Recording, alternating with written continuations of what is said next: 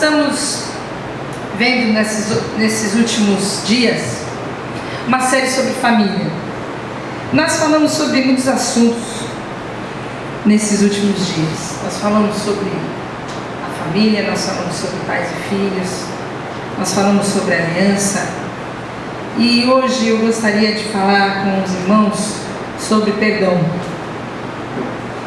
E o C.S. Lewis diz que é mais fácil falar sobre perdão do que perdoar. E é fácil a gente abrir a boca para falar sobre perdão, a gente relacionar uma série de versículos e criar algo motivacional e de repente incentivar você a perdoar.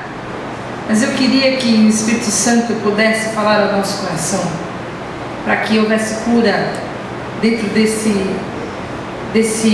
momento que nós vivemos, dentro das nossas famílias, dentro das relações familiares. E a gente tem, dentro das nossas relações, muitas facilidades de errar. Se você perceber, as pessoas que mais erram com você são as pessoas que você ama.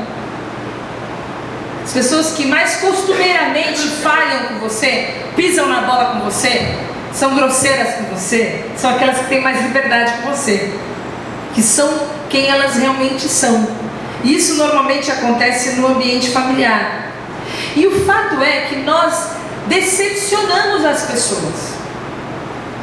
E as pessoas também decepcionam a gente. Nós frustramos as pessoas. E as pessoas frustram a gente. E a gente se chateia. A gente perde a cabeça. A gente fica magoado, a gente fica entristecido, a gente perde o sono. A gente perde o tempo, a gente perde o nosso bate-papo com as outras pessoas, muito mais por causa de pessoas do que por causa de coisas, de situações, não é verdade? Que a gente se chateia muito mais por causa de uma situação que envolve pessoas do que coisas. E normalmente são pessoas próximas da gente, pessoas que fazem parte do nosso vínculo familiar. E é por isso que a gente não poderia terminar essa série sem falar sobre perdão. Porque a gente, para viver em família, precisa aprender a perdoar. Precisa perdoar de uma maneira forte, de uma maneira efetiva. A gente vive num mundo ferido, num mundo onde as relações estão feridas. No mundo, como nós já falamos e temos falado durante esses dias, que cresce o número de divórcio. E Jesus já falou lá atrás, quando ele conversava com os seus discípulos, que as pessoas se divorciam, e elas não deveriam se divorciar, porque Deus não gosta, Deus odeia o divórcio, mas as pessoas se divorciam porque elas têm um coração duro. O coração delas é endurecido. Elas não estão prontas para perdoar.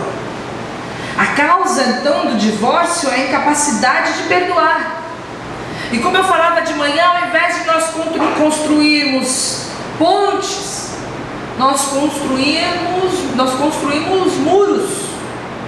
E nós chegamos à conclusão, e você deve ter umas pessoas assim na sua família, que é muito mais fácil você viver aqui na sua e ela lá na dela. É muito mais tranquilo, tem menos problema.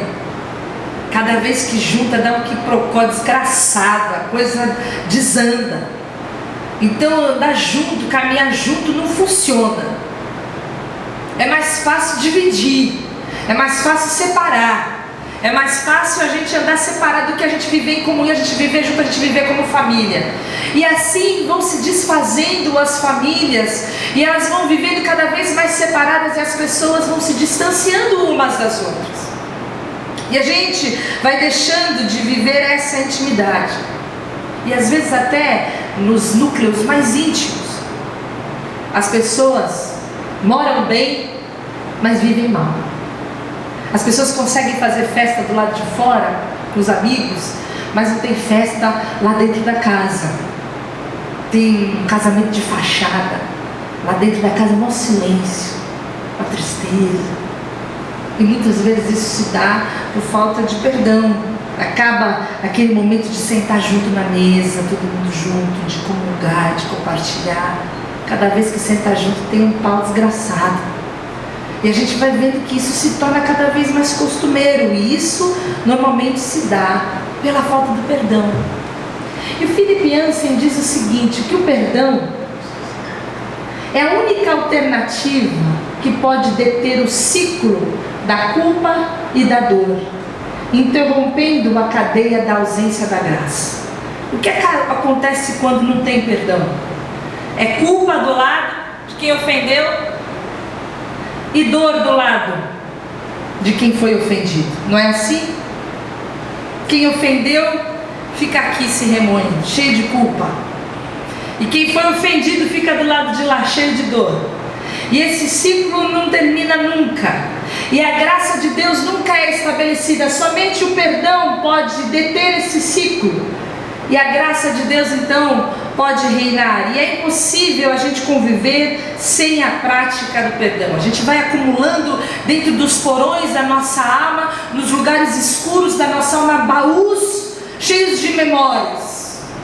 Nós temos histórias para contar das pessoas que nos feriram. Nós temos histórias sobre os nossos cônjuges que ainda não foram totalmente perdoados, coisas que ainda nos ferem, que ainda nos magoam. Nós temos coisas guardadas contra os nossos pais, temos coisas guardadas contra os nossos filhos, as noras contra as suas sogras, as sogras contra as suas noras. E dentro desses baús que nunca fecham, estão sempre abertos e sempre cheios e sempre transbordantes, o ciclo da culpa e o ciclo da dor nunca terminam. A gente vai vendo as famílias sendo destruídas. E por que é tão difícil perdoar? Se a gente sabe que o perdão então seria a cura para as relações humanas, por que é tão difícil a gente então perdoar? Porque a natureza humana, ela grita por vingança. A natureza humana, ela grita pelo toma lá, dá cá.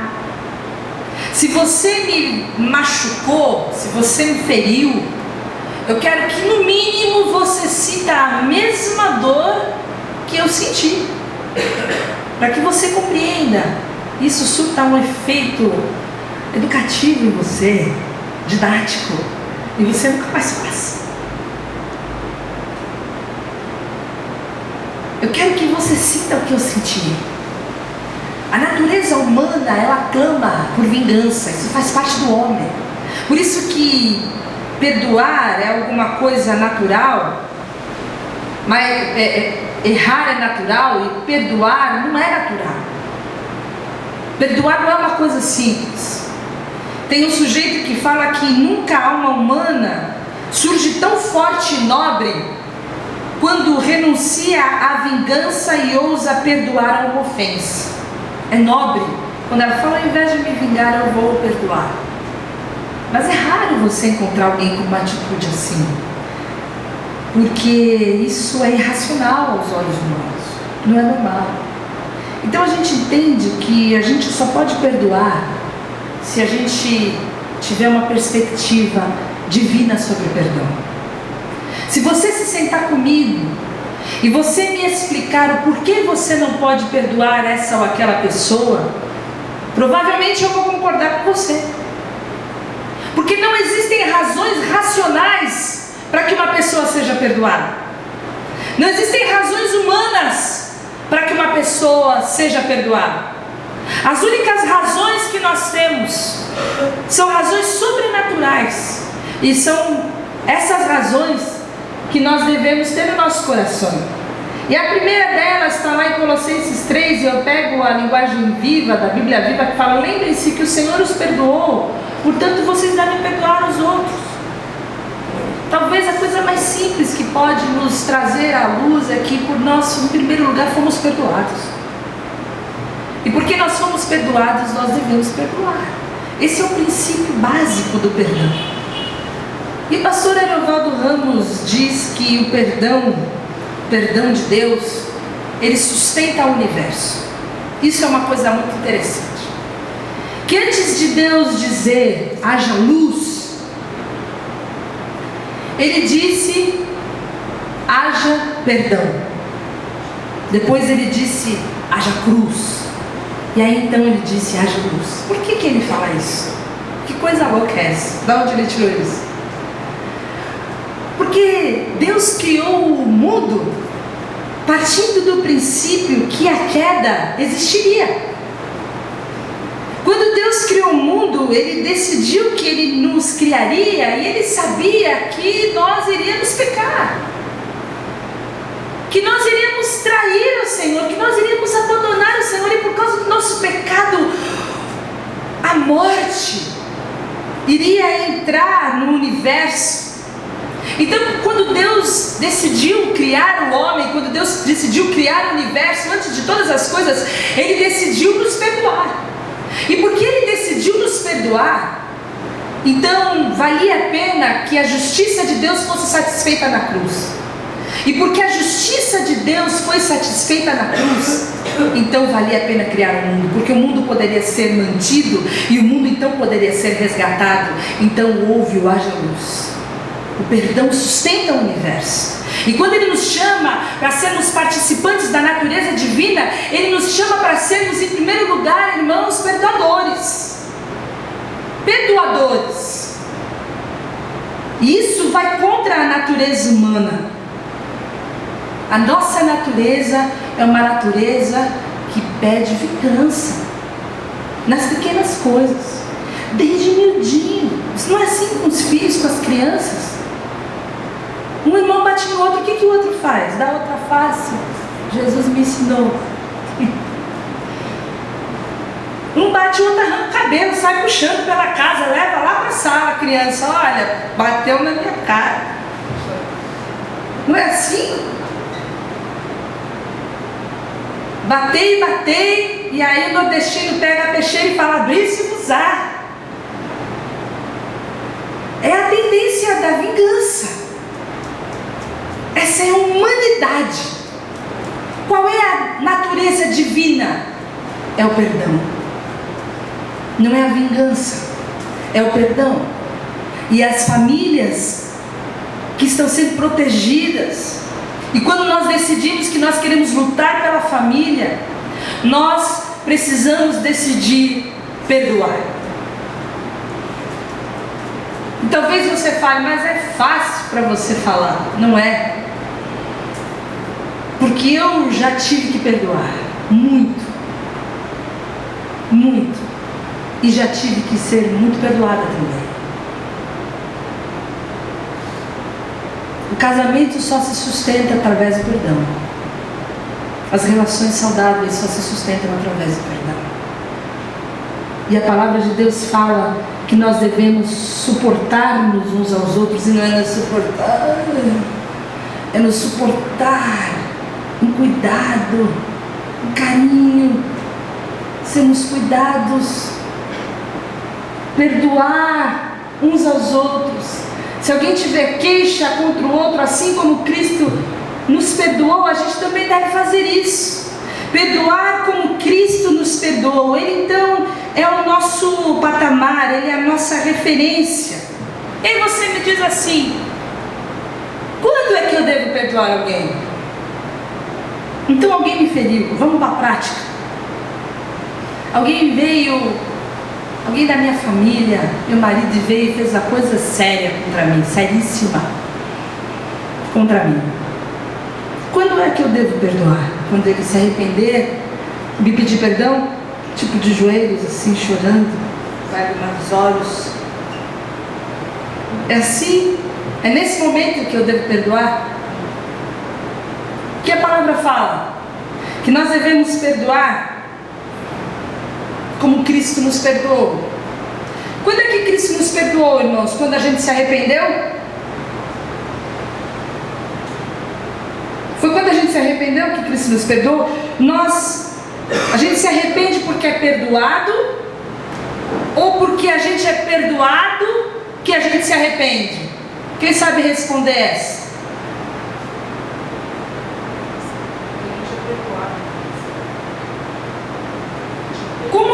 prova o seu amor para conosco? Vou ajudar vocês. Cristo morreu por nós quando a gente se arrependeu, irmãos? Ah, melhorou, né? Cristo prova o seu amor para conosco, que Ele morreu pela gente quando a gente ainda era pecador. Nós fomos perdoados quando nós ainda éramos pecadores. A maneira que nós devemos perdoar é imediatamente, independente do arrependimento. É o sermos esclarecidos pela palavra de Deus. Nós não devemos esperar que alguém seja arrependido para que a gente possa perdoar. O perdão é unilateral. O perdão é uma decisão. Eu decido que eu vou perdoar independente do arrependimento da outra parte. Foi assim que Cristo nos perdoou. E é dessa maneira que nós também devemos perdoar. Eu não posso ficar esperando a boa vontade, o arrependimento da outra pessoa para que eu seja livre. Eu devo perdoar. E dessa maneira eu não vou viver uma emoção. Você já ouviu, mas eu ainda não sinto no meu coração de perdoar. E nem vai sentir. Você vai sentir de se vingar, é de trucidar, é de pagar com a mesma moeda, é de fazer o dobro. É isso que você vai sentir. É isso que a natureza humana sente. Mas quando você decidir obedecer ao Senhor e a sua palavra e perdoar como Cristo perdoou, então você vai decidir diante de Deus perdoar. E é uma decisão, é um ato unilateral da vontade. Então você vai perdoar, você vai obedecer. E essa decisão implica você não sustentar mais a ofensa, em primeiro lugar, contra Deus. Em segundo lugar, contra o outro. E em terceiro lugar, contra você mesmo. Você não mantém a ofensa contra o outro dentro de você. Você libera, você deixa ir, você sepulta o que aconteceu para nunca mais desenterrar, porque foi assim que Cristo nos perdoou. É dessa maneira que Ele nos perdoa. A palavra de Deus fala que Ele nos perdoa e não permanece irado para sempre. Ele tem prazer em mostrar amor. Você vai gostar de ler esse versículo para sua esposa, não vai? Eu sei que os maridos vão até anotar na Bíblia. Olha, Deus não permanece irado para sempre, bem. A palavra fala, de novo, Ele tem compaixão de nós. Pisará nossas maldades, atirará todos os nossos pecados na profundeza do mar. Eu li esse versículo na semana passada. Você já tentou achar alguma coisa lá na profundeza do mar? É impossível achar. É dessa maneira que Ele nos perdoa. É dessa maneira que nós devemos perdoar o outro. É dessa maneira que os irmãos devem se perdoar. É dessa maneira que nós devemos perdoar uns aos outros. É dessa maneira que as noras devem perdoar as sogras. Que as sogras devem perdoar as noras, jogando no mar do esquecimento. Isso, rapidamente, porque a palavra fala também que o sol não deve se pôr sobre a nossa ira. E você fala, e como é que isso acontece depois do perdão? E talvez você tenha algum tipo de dúvida, porque às vezes as pessoas confundem perdão com confiança. E o perdão é diferente da confiança. Parece que é a mesma coisa, mas não é. Às vezes a gente se sente obrigado a confiar na pessoa da mesma maneira que a gente confiava depois que a gente perdoou, mas não é igual. Você decide perdoar, mas dependendo do tamanho da afronta que a pessoa te fez, dependendo do tamanho da ferida que a pessoa te fez, vai levar muito tempo até que a confiança seja restaurada. Já tem que comer, como diria o outro, 1 quilo de sal junto até que a confiança seja restaurada. E eu vou usar um exemplo que eu ouvi uma vez. Minha filha pede o carro, eu empresto o carro para ela. E ela vai, sai, enche a cara, bate o carro, destrói o carro. chama da delegacia, perdeu a carta, aconteceu tudo aquilo. E ela fala, olha mãe, me perdoa. Perdoa, está perdoada, minha filha, está perdoada. Semana seguinte, empresta o carro, não, minha filha, você está perdoada, mas você nunca mais vai pegar o carro. Entende isso? O perdão é uma coisa, a confiança é outra diferente. Isso se aplica em todas as áreas, no relacionamento conjugal, em todas as questões que envolvem a fidelidade, o relacionamento. Leva tempo. O perdão é dado, mas a confiança para ser restaurada leva tempo. Não podem ser duas coisas confundidas. E os efeitos do perdão? Como é que acontece?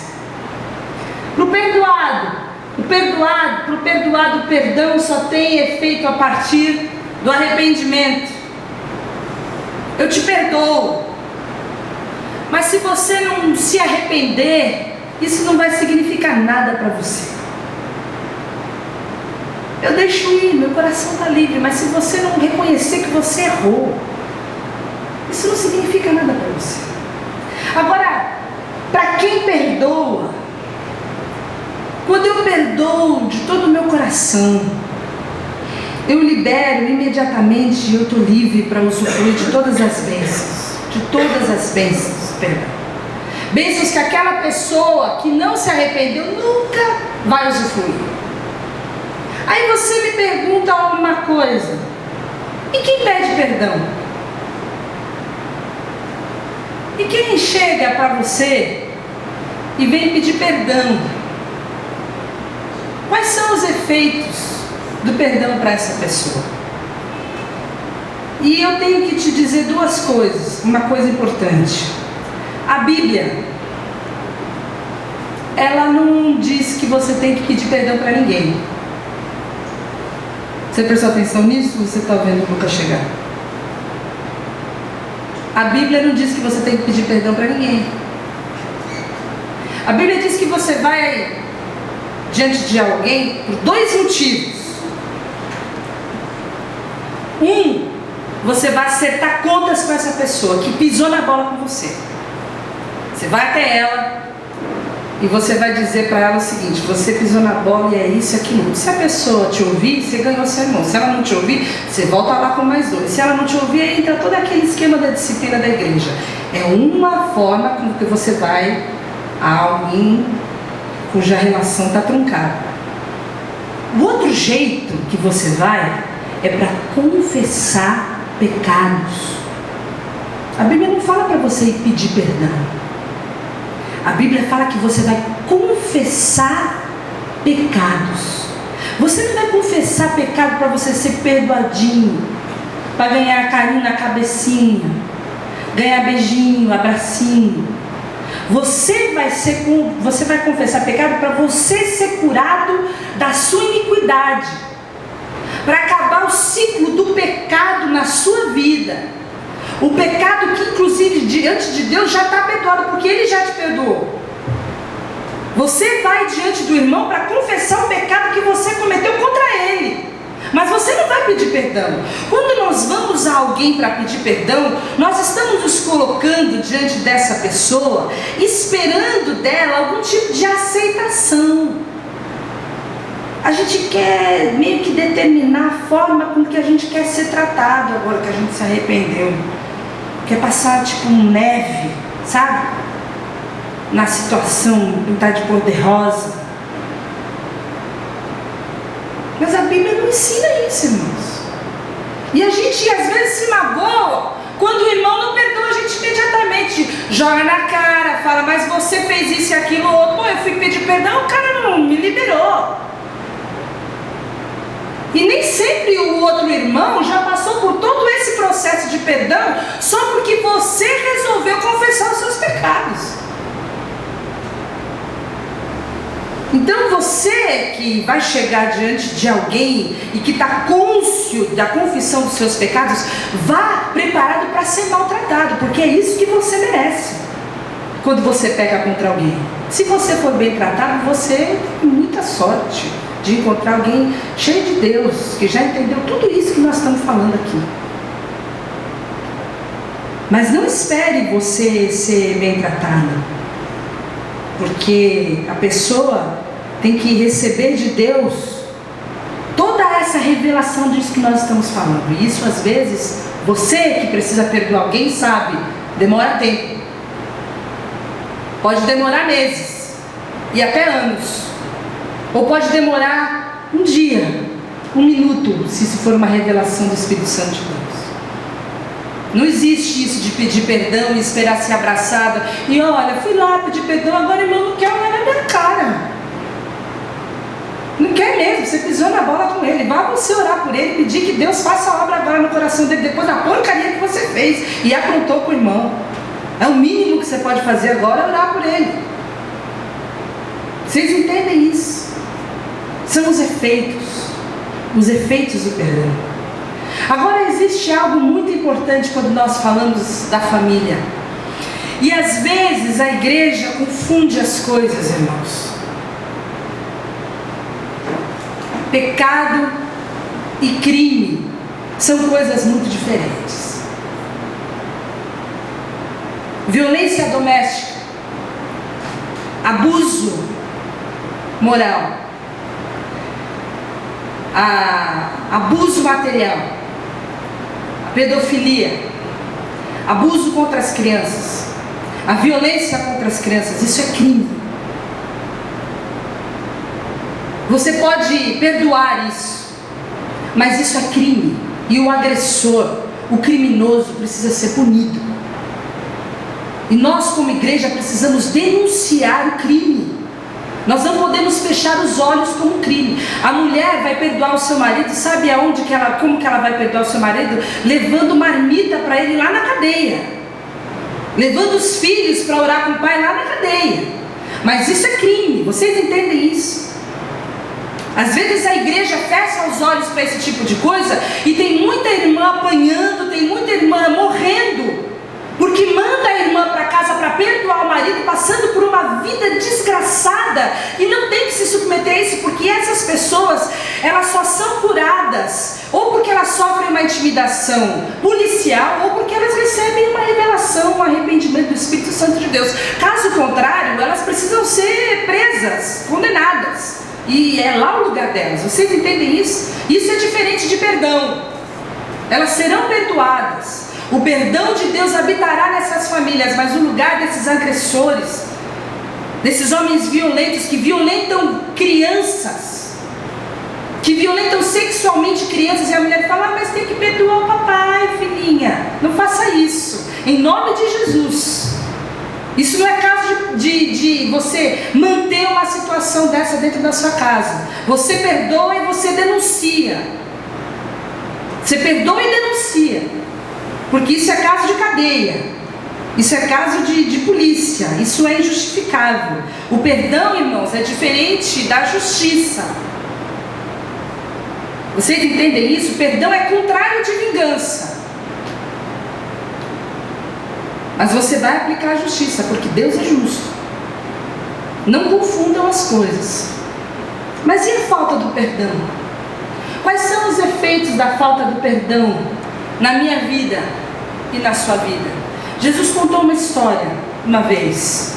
Ele falou sobre isso e contou uma história para os seus discípulos. E ele falou o seguinte: o reino dos céus é como um rei que desejava acertar as contas com seus servos. Quando começou o acerto, foi trazido à sua presença um que lhe devia uma enorme quantidade de prata. Como não tinha condições de pagar, o Senhor ordenou que ele, sua mulher, seus filhos, tudo que ele possuía, fossem vendidos para pagar a dívida. O servo prostrou-se diante dele e lhe implorou: tem paciência comigo, eu te pagarei tudo. O senhor daquele servo teve compaixão dele, cancelou a dívida e deixou ir. Mas quando aquele servo saiu, encontrou um dos seus conservos que lhe devia 100 denários, agarrou-o e começou a sufocá-lo, dizendo: paga-me o que me deve. Então o seu conservo caiu de joelhos, implorando: tenha paciência comigo e eu lhe pagarei. Mas ele não quis. Antes saiu e mandou lançá-lo na prisão até que pagasse a dívida. Quando os outros servos, companheiros dele, viram o que havia acontecido, ficaram muito tristes e foram contar ao seu senhor tudo o que havia acontecido. Então seu senhor chamou o servo e disse: servo mau, cancelei toda a sua dívida porque você me implorou. Você não devia ter tido misericórdia do seu conservo, como eu tive de você? Irado, seu senhor entregou aos torturadores até que pagasse tudo o que devia. Assim também lhes fará o meu Pai Celestial, se cada um de vocês não perdoar de coração o seu irmão. Jesus está falando para a gente que se a gente não perdoar o nosso irmão de coração, nós vamos ser lançados em prisões e seremos torturados até que a gente pague tudo que a gente deve. Eu não sei você, mas eu não tenho as mínimas condições de pagar para Deus tudo que eu devo por toda a eternidade. Então Jesus conta para os seus discípulos, para os seus amigos, uma história de um rei que chama um servo para acertar as contas, e o seu servo não tinha condições, e ele manda vender ele, a mulher, os filhos, tudo que ele tem. Esse servo fala: tem misericórdia e tal. Ele fala: tá bom, eu te perdoo, te perdoo. E aí esse servo perdoado, encontra na esquina ali, na virada, um outro sujeito que deve uma mixaria para ele. E ele tem a mesma reação: me perdoa. Não perdoa, não te perdoa. E quando o pessoal vê isso, vai contar para os reis, fala lá, você perdoou, mas ele não perdoou. E essa postura do rei é de mandar prender e mandar torturar até que ele pague a dívida. E essa parábola fala da falta de perdão, de nós que fomos perdoados de uma dívida incalculável. Você pode calcular a quantidade de perdão que você já recebeu? Assim, as ofensas que você cometeu, comparadas à santidade de Deus, como elas se tornam imensas, a magnitude a dimensão da sua ofensa diante da santidade de Deus. O preço que foi pago pela ofensa cometida, o sangue de Cristo. E aí o irmão, aí o marido, aí a esposa, aí a sogra, aí o cunhado pisa na bola com você, te apronta a mão assim para nunca mais. Você decide não perdoar. Você fala até que perdoa, mas lá no seu coração você sabe que essa ofensa está registrada. Não está perdoada. Não está. Esse é o que Jesus fala. Você está em cadeias. Você está em torturas. A falta de perdão gera uma vulnerabilidade espiritual. Ela nos torna predispostos ao mal. Porque eu sou o guardador do mal daquele que me pediu perdão. Porque aquele que me pediu perdão já está perdoado. Ele já está livre. Deus já perdoou. Ele já está livre. E eu sou o fiel depositário do mal. A maldade dele habita só dentro de mim. Quando ele passa, eu falo: eu não posso estar no mesmo ambiente do que ele. Eu não posso estar na mesma calçada do que ele. Eu não posso ir na mesma festa que ele vai. Eu não posso ouvir falar o nome dele na conversa sem que eu tenha que tecer um comentário negativo e pejorativo contra ele. Porque eu tenho algo no meu coração contra ele. Eu sou o depositário de todo mal contra aquela pessoa, que não está nem aí mais para mim, nem sabe que eu tenho tanta coisa contra ele. E eu estou sendo então torturado. E quando eu faço isso, eu me torno inimigo de Deus. Eu me torno inimigo do Rei. Eu me torno inimigo daquele que pagou com um preço de sangue o meu perdão, que conquistou na cruz o meu perdão.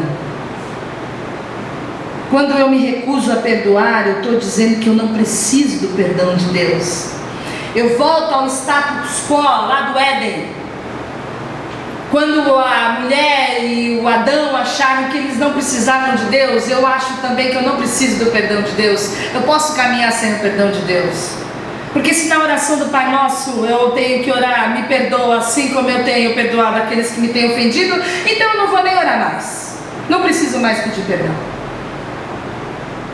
Nós precisamos decidir se nós precisamos ou não do perdão de Deus, se nós temos bala na agulha para pagar as nossas dívidas. Como é que está o teu crédito? Você consegue pagar as suas dívidas? Porque se você não conseguir pagar as suas dívidas, você tem que fazer as suas contas, porque talvez esteja na hora de você começar a pensar seriamente em perdoar o seu irmão, em liberar o seu coração, em liberar para que as ofensas sejam perdoadas, em nome de Jesus. E aí a gente chega na expressão 70 vezes 7. E aí você me pergunta, de onde vem essa expressão 70 vezes 7? Que é o título da nossa pregação. É uma pergunta que Pedro fez para Jesus. Pedro então se aproxima de Jesus. Ele era bom, ele gostava de fazer perguntas que impressionavam. E ele pergunta: Senhor, quantas vezes deverei perdoar o meu irmão quando ele pecar contra mim?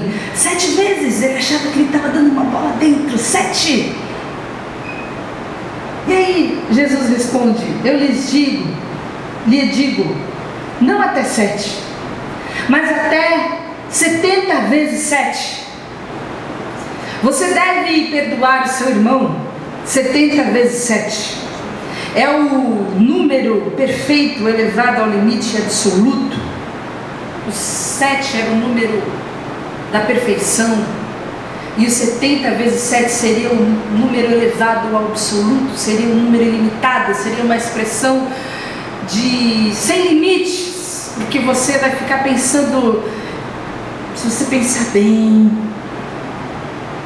talvez você já tenha perdoado alguém mais que 490 vezes, não?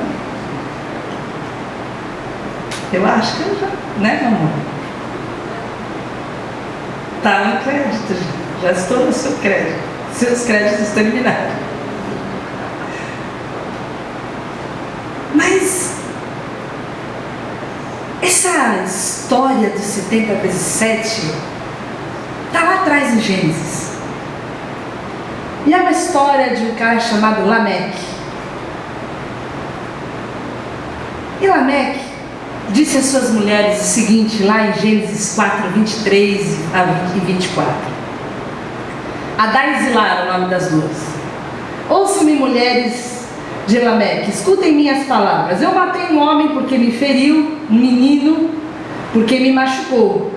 Se Caim é vingado 7 vezes, Lameque o será 70 vezes 7. E essa era a história de Lameque.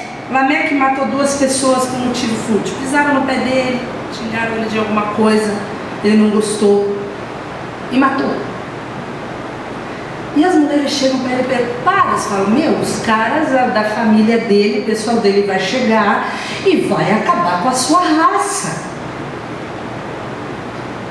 E existia uma vingança já pré-determinada, uma promessa de que quem tocasse em Caim seria vingado 7 vezes.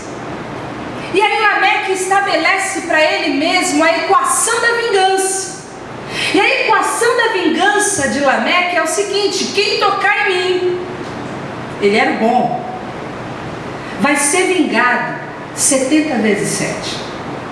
Então essa equação aparece no Antigo Testamento e era conhecido de todo mundo como a equação da vingança. 70 vezes 7 era a equação da vingança. Se alguém tocar em mim, vai ser vingado. E quando Jesus fala para Pedro, ele fala: Pedro, não 7 vezes você vai perdoar. Você vai perdoar 70 vezes 7. Sabe aquela predisposição, aquele ímpeto natural que você tem de se vingar? Você vai substituir por perdoar. Quando o Espírito Santo vem habitar em você, ele troca a sua natureza. E aquela natureza que você tinha, carnal, que faz com que você queira que a pessoa sinta, no mínimo, aquilo que você está sentindo, se possível um pouco mais, e se você for bom mesmo, o dobro. Você vai substituir pelo ímpeto de perdoar, que é o ímpeto divino de perdoar, é a natureza divina, é o que sustenta o universo. E se no Antigo Testamento, na voz de Lameque, 70 vezes 7 diz o quanto eu posso, o quanto eu mereço, se eu for atingido, eu vingarei.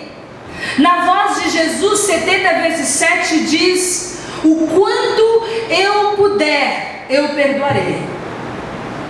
O quanto a graça de Deus e o quanto o Espírito Santo de Deus me capacitar, eu perdoarei. Ilimitadamente eu perdoarei. Eu estou disposto a perdoar todos aqueles que me atingirem. Porque só Deus tem o poder de julgar. Porque só Deus tem o poder de aplicar juízo.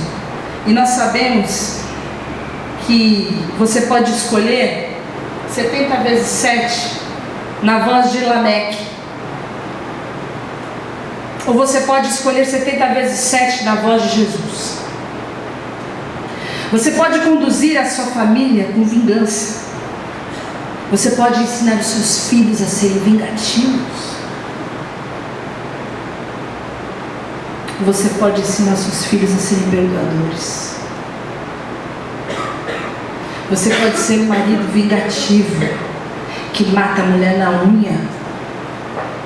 Ou você pode ser um marido perdoador, que aplica a graça de Deus na sua casa. Você pode ser um irmão vingativo, que exerce o domínio na sua casa. Ou você pode ser um irmão perdoador, que revela o amor de Deus ao seu irmão e estabelece a graça de Deus na sua casa. É uma escolha. Nós estamos sendo chamados nesses últimos dias a estabelecer o reino da luz ou permanecer no reino das trevas, porque a nossa natureza humana vai fazer com que a cultura do mundo seja estabelecida na nossa casa naturalmente. Nós já temos os nossos lixos no nosso coração, nós já temos os nossos porões, nós já temos os nossos baús, nós já temos as nossas memórias. Nós já temos tantos motivos para não perdoar.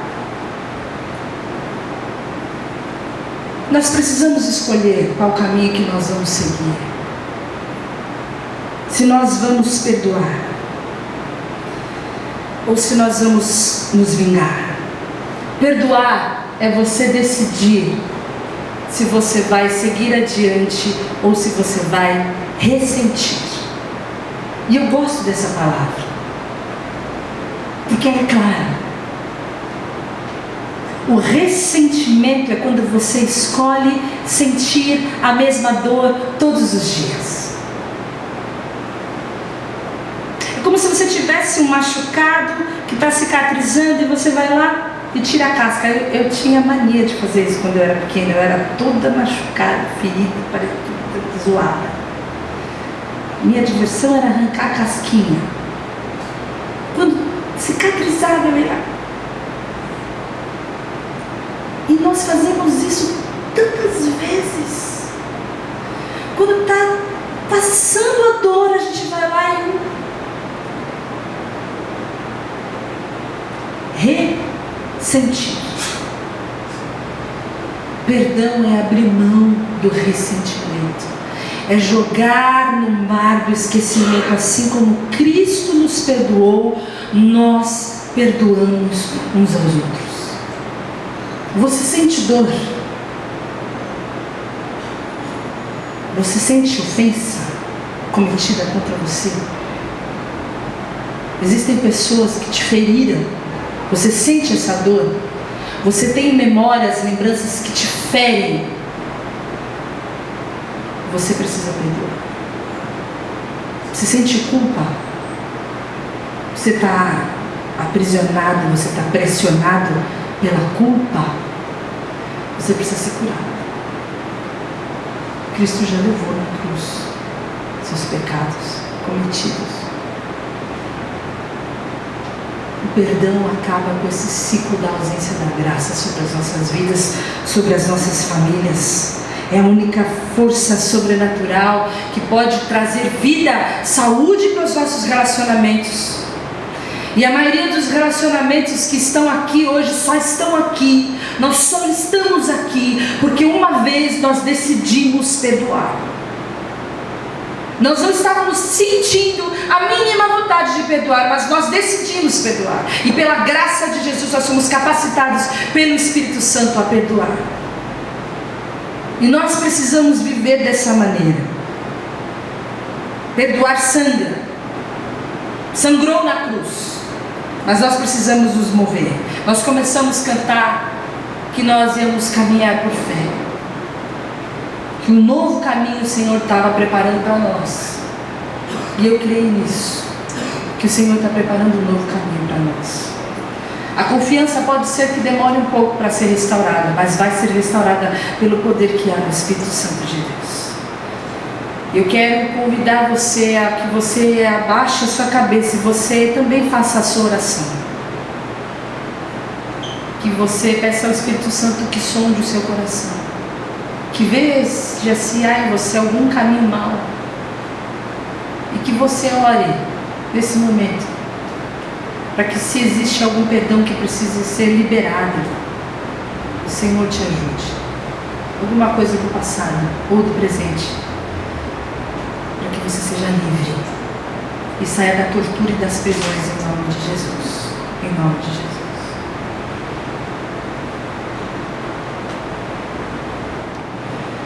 Senhor, nós te louvamos pela tua palavra.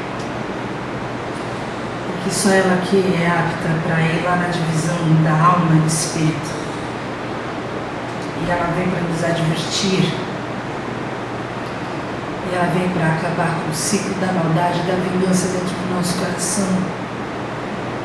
E ela vem para nos mostrar e revelar a natureza humana que carece tanto da ação do teu Espírito Santo. E nós nos rendemos, Senhor, porque reconhecemos que toda a nossa inclinação é realmente para a maldade.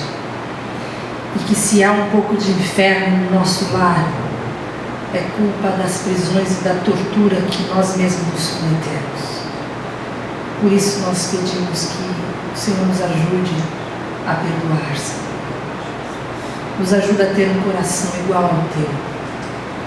Nos ajuda a sermos participantes da tua natureza. Nos ajuda a não sermos lameques. Nos ajuda a sermos como Jesus. Nos ajuda a não sermos pessoas hipócritas, que perdoam com a boca, que te honram só com os lábios, mas o coração está distante de ti. Ajuda-nos, Senhor, para que possamos perdoar de coração e a vivenciarmos a expressão da presença da graça nos nossos lares. Cura a nossa alma, Senhor. Cura o nosso lar. Cura as esposas nessa noite, Senhor. Cura as mágoas, cura os ressentimentos, cura as dores. Sabemos, ó Deus, que o perdão não é a amnésia, mas o perdão é a ausência da dor. É a entrega da dor diante do altar do Senhor, e nós entregamos nessa noite diante de Ti. Cura os maridos feridos, cura os maridos ressentidos nessa noite, em nome de Jesus. Cura os filhos, cura os irmãos feridos, magoados, ofendidos. rechaçados. Cura, Senhor, as relações familiares, para que nós possamos viver aquilo que o Senhor propôs no teu coração. Famílias saudáveis que expressam a tua glória, que são um sinal do teu reino, e que possamos, ó Deus, através das nossas famílias, ser sal e luz dessa terra, em nome de Jesus. Nós nos levantamos, ó Deus, para defender o nosso campo de lentilha nessa noite.